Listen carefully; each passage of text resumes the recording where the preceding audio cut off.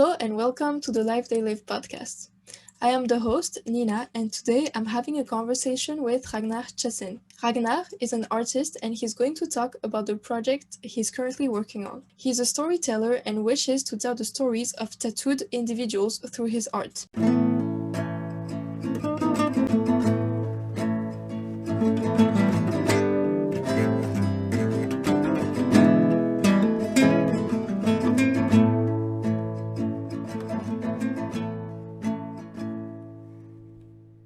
Hello, Ragnar. Hello. How are you doing? Pretty good, and you? Yeah, good. Thank you for being on this episode. It's really nice of you. Before we start, could you introduce yourself in a few words, maybe?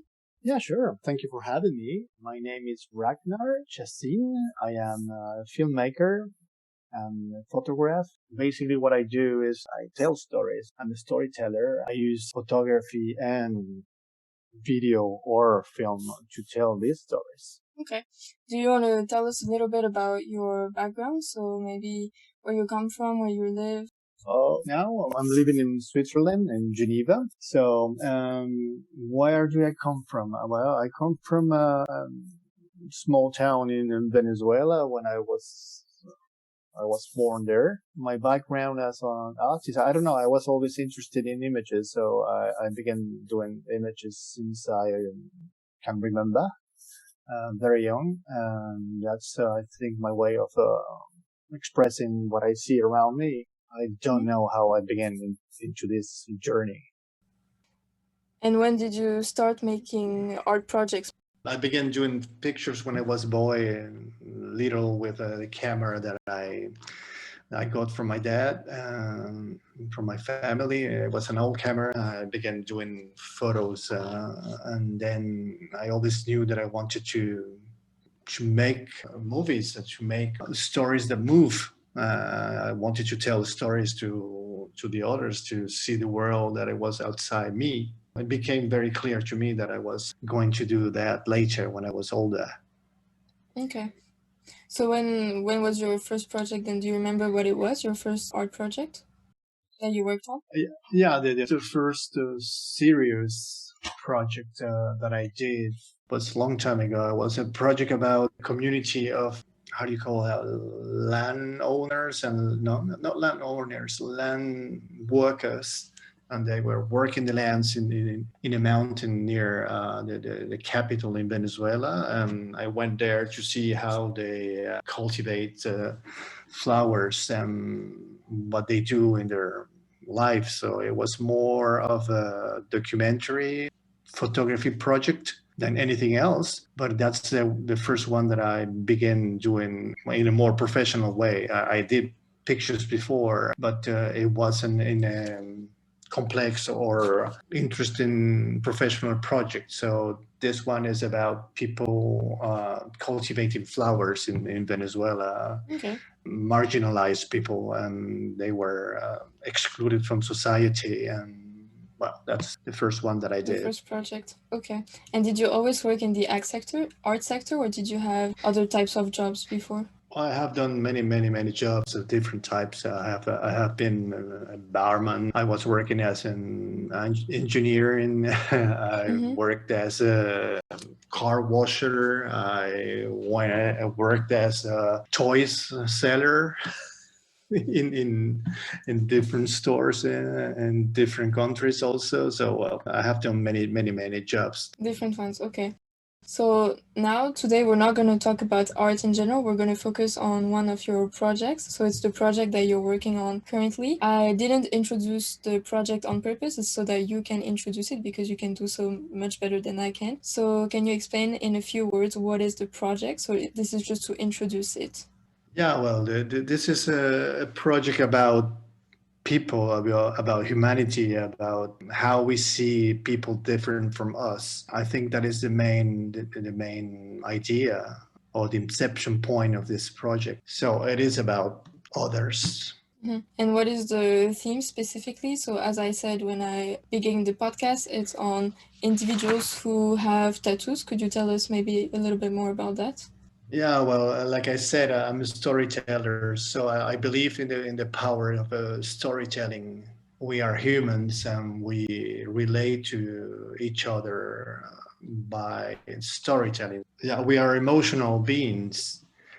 Being emotional, we have to come to the fact that we relate to everyone and by stories, our stories, their stories, my story. So this project began in that way. I wanted to use the power of photography and video, moving image, to tell the story of people that use their body as canvases. Tattoos are an expression from my point of view of people's inner worlds, feelings. So I wanted to put into the eyes of everyone, or maybe show the stories that they were telling, maybe not consciously, about themselves on the skin by tattoos, by paintings on their bodies, use the bodies as means of telling a story.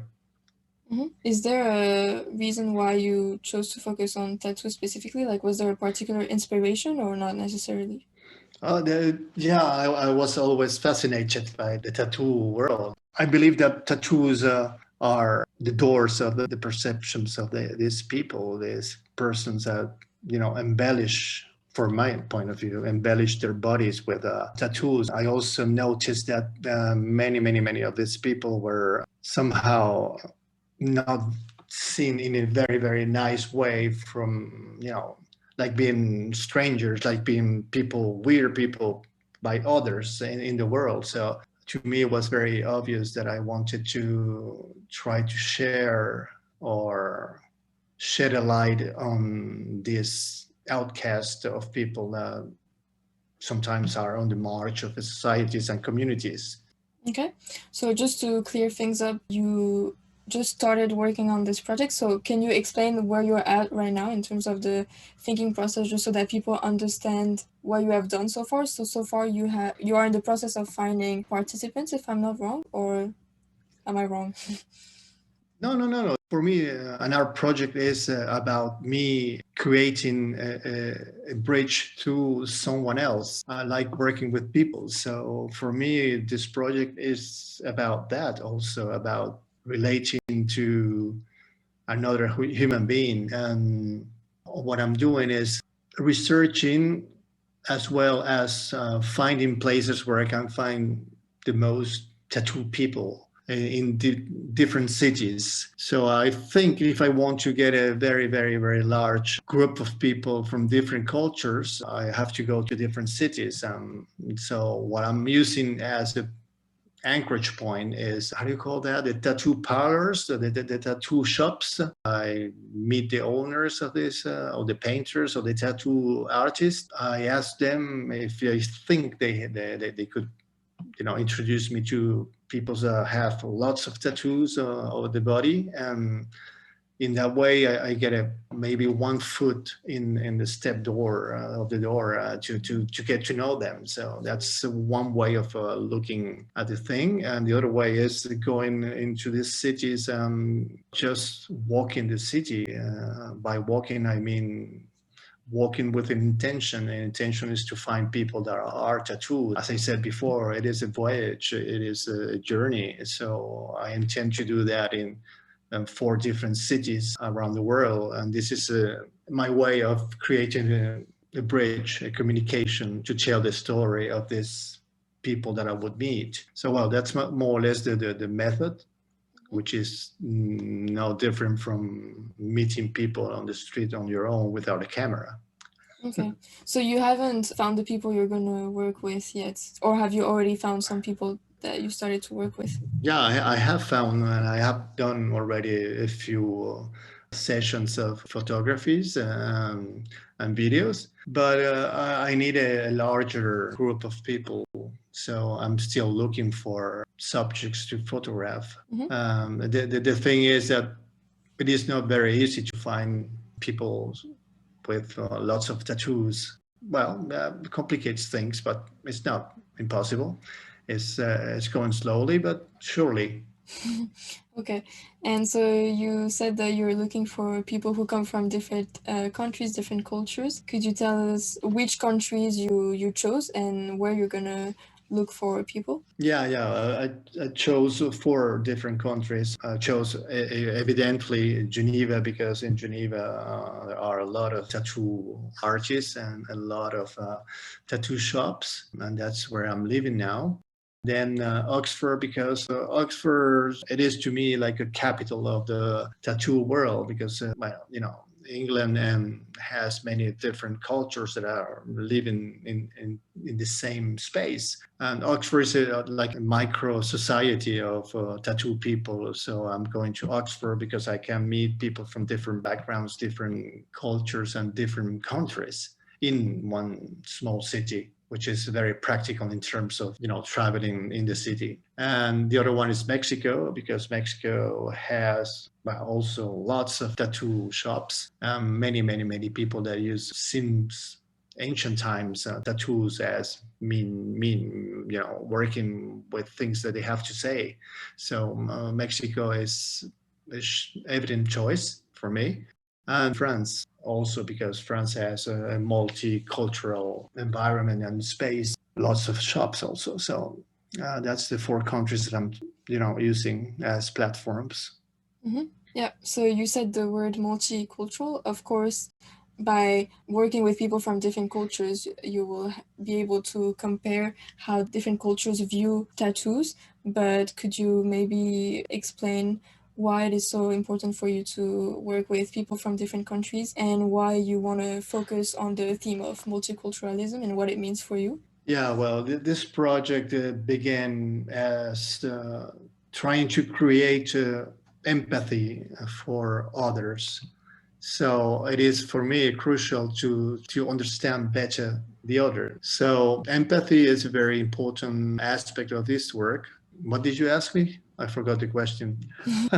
Yeah, I asked why you want to focus on the theme of multiculturalism and why is it such an important part of this project? Oh, okay. Yeah, I believe that we have to understand the other, and by taking pictures, by making films, by making spaces where we can create art together, it becomes very clear that by the stories of others, we have a glimpse of this person and maybe like what we see on the other end.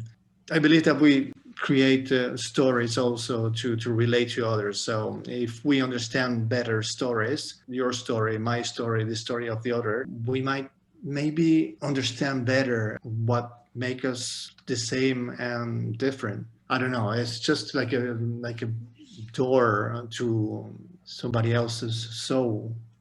Mm-hmm. I think that's why I'm doing this. Yeah, and by doing so, like you say, it will be a way to learn about people's stories, but also if you have people from different cultures, it's also a way to learn about different cultures. So I guess you don't only learn about the person and his or her history, but also about what is the history of the specific country, because I can imagine that between Mexico and France, the history of tattoos would probably be very different. I mean, I don't know so much about it, but I guess that also plays a role maybe in your project. Yeah, but remember that this project is about people, so it is relevant where they come from, but it is not crucial. It is not as Okay. important as we see what they have painted on their bodies and how they behave individually. So if I understand, get to know the sorrows or the pain or the joys of someone, it will be more difficult for me to dismiss someone else, and I can understand better if I create pictures and I let people that don't have a voice speak. I might create a bridge, and maybe someone else watching and listening could understand better the world they're living in. I don't Hmm. know. It's just maybe an utopia. Okay. Yeah. So it's very focused on the person. Then, in terms of what you plan to do you also plan on focusing on the meaning of each tattoo, or that's not really what interests you? about this project? What I'm trying to do is leave a lot of room to the people that I'm photographing and recording. First, I have to create like a confident space between me and them. Mm-hmm. And the people that I'm photographing, and then when this space is created, we can begin working in a more intimate way, and in this way they can tell me anything about any tattoo they have or any story that they have related to tattoos or not. And then they have to choose what they want to share. This is a sharing project, as much for myself as a photographer or a filmmaker, then also. So it goes both ways. Mm-hmm. Okay. And of course, this is a project that you're working on currently. But if we talk a little bit more about the technique now, what do you already have ideas of how you envision the process to be? And you just explained right now that it's also going to be, it's also going to depend on the person you're working with. But do you already have an idea of the setup and why you decided to choose to make photos or videos instead of choosing another medium, for example?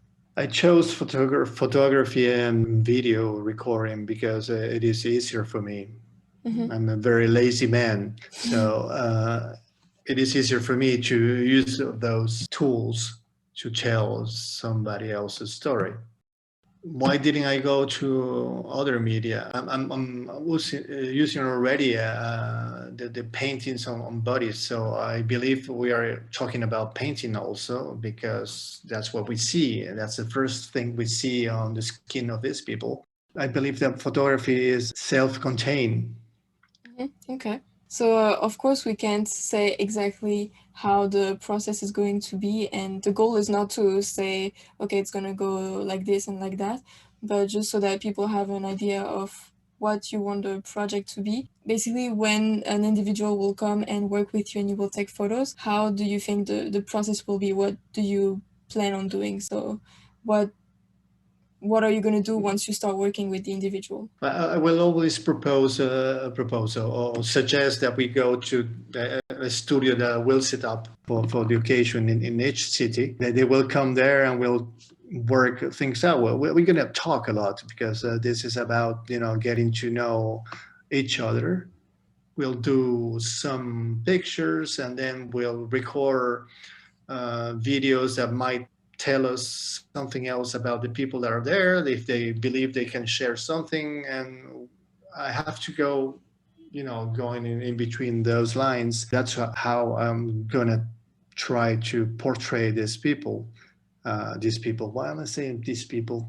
Well, anyways, it's a method of try and error, Mm-hmm. as well as trying to connect with them and in the hopes of getting something that will spark like a story, anecdote, a pain, a story, something that belongs to them that they want to share.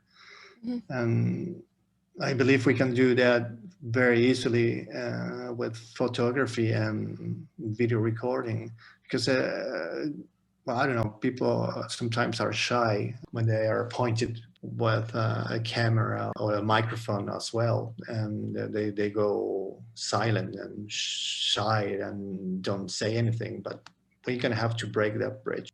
And then for I don't know, you want to know how we're gonna show it to people? So I thought it was interesting to talk about the process, and from what I understand, the word connection is really important also when we were preparing this episode. You told me that you want also to play some music that the person you're gonna work with likes. So I think it's all about also creating a connection so that the stories of that person really shine, if I may say it like that. Mm-hmm. Yeah, and I think music it's a very good way of tearing down the walls of shyness. Also liberates the spirit. I will have to do whatever makes these things click and happen because I don't think there is a method for everyone. We have to adapt to each person that we meet. Maybe for one person will be music, that puts this person into at ease. Maybe it would be something else. Maybe it would be a glass of wine. Maybe it would be just watching a movie. Mhm. So there is no, what I want to say is there is no a method about a very precise method of, well, how am I going to connect to these people? It's like in life, or you go to a bar and you don't know how to talk to someone, but you have to find a way, and you find it by trying. That's what I'm going to do. Yeah, that's also why we're doing an episode on a project that you're currently working on, because that's also the message that we want to share, is that when you start a project, you don't have to start with, like, I don't know, a paper of like points of what I have to do and it has to be perfect, and then when I do this I will have to do that. But it's more like Mm. you can't know in advance what's going to happen. So that's also the reason why we're talking today about a project that's not done, that you're working on right now, to really talk about that aspect, that Yeah. you can't figure out in advance exactly what's going to happen, and you kind of have to go with the flow at the end. Well, being an artist or doing something with art is always about searching something you believe is what you want to do.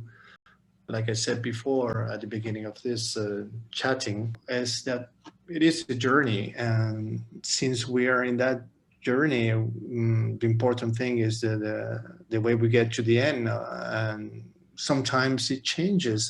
That is the beauty of it. And I believe we have like a frame where we're working in, and then we allow ourselves to go beyond that, to retrieve something that we believe is magic. You don't always have to have the answers to all that. You can begin a project, you can begin a very pertinent project without knowing the end. Yeah, that can probably be pretty frustrating for some people. I guess it also depends of your personality and how you like to work. Yeah, but if you don't get frustrated, you don't work. You don't advance. Hmm. Frustration is a very very powerful tool and motor. It's like an engine that drives you. I don't know. Yeah, you do have to question yourself sometimes, otherwise I guess you never really progress in what you do. That's true. Hmm. Questioning makes you move. All of Yeah. those things are part of the world that we are doing in art. I think artists should ask questions but never give answers. Yeah. Yeah, well, even though I think most people know that perfection doesn't exist, I think it's good to to give like a little reminder that it's good to be frustrated. And now I'm kind of gonna contradict myself a little, because we talked about the fact that you can't really plan what's gonna happen, but I would still like to ask you if you have vague plans in terms of how you want the exhibition to be, because I'm sure some people might be listening to this episode and wonder how you're gonna, okay, you want to share the stories of those people, and how is the exhibition going to be? Do you have ideas already of how you're going to display the photos and videos, for Yeah, example? yeah. The main idea for this is that I want to show this work in a place where people can feel good first. They enter a safe space where they can be themselves. Yeah, it's like a cocoon. You enter this motherland, and that's a general idea. It would be welcoming, I guess. Hmm. Yeah. And when we prepare the episode, maybe you want to talk a bit about the idea of the bubbles that you talked to me about, because I think it's interesting also for people to know what's your thinking process and what questions you're asking yourself. So if you want to talk, for example, about that idea of you will have different stories, and how will you make sure that people go from story to story and that it doesn't become too many stories at the same time, because that's what you talked to me about when we prepared the episode. So I thought it might be Yeah, interesting to share. yeah. Thank you for telling me that. I forgot about it. Yeah, yeah, yeah. I was talking about the space. Of course, this is a space where I can invite people, and I would like to invite people to be safe. The way I want to show the pictures is like a form of different stations. In these stations, you can go and visit one individual, one person that I photographed and that I video record, and this person will be there, and this person will be talking to you only. This is how we're going to do that. Well, this is just sound for you. It is how do you call that in English? Sound space. The idea is that you can be watching you yourself individually this picture and no one else around you. Yeah. So I think it's interesting the idea that it's not really like I don't know, like if you're at the cinema and everybody watches the same screen, but now if I understand well, it's more like one-on-one experience, maybe if I can say, with Yeah, the individual that's talking. Mm-hmm. yeah. I think that is the important thing of what I want to do at the end. When I'm showing the results of this project, I believe that one-to-one connection can be made, and then a larger group will be affected by it, be influenced, to be moved by the idea of meeting someone else in a public space individually. I Mm-hmm. don't know. I think that is the idea also. We have this welcoming public space, a nice place. We are going to go there to meet people. Mm-hmm. Yeah, Okay. that could be Okay, a good great. idea. Thank you for that. Well, thank you for talking about your project. It was very interesting to hear what you said. Maybe I don't to know if it was interesting, but anyways, I tried. Yeah, no, I think it is, and it's nice that you talked about a project in particular, so we have a an idea of what kind of projects you work on, because obviously you worked on a lot of projects, so we chose one amongst many. Maybe just to end, is there like a last word you would like to say? So it could be anything, like a word to end the episode, or maybe an advice or an anecdote, inspiration, anything you like. Try to create empathy and tell stories. Mm-hmm. Yeah, That's that's nice. that's my motto. Okay, that's a nice motto. Thank you very much, Ragnar, for being here. Thank you. Thank you everyone for listening to this episode. If you want to send me any feedback, you can do so on the Instagram page of the podcast, which is the life they live _podcast. And I'll see you on the next episode.